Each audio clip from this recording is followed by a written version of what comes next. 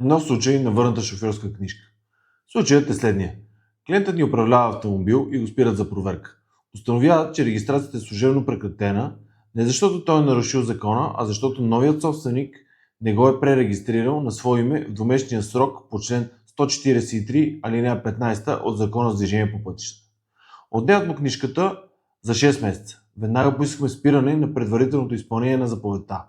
Административен съд София област уважи искането ни, като ви представяме определение на съда, като аргументът е ясен.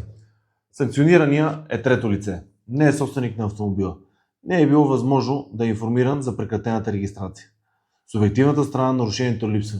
При тези обстоятелства предварителното изпълнение на мярката противоречи на целите на закона, а именно да преустановява нарушения, а не да наказва субекти, които нямат вина. Книжката е върната още преди делото да е приключило. Това е поредното подобно дело, което печелим. Законът предвижда защита и тя трябва да се използва правилно и на време. Ако сте в подобна ситуация, свържете се с нас. Линкът е в профила.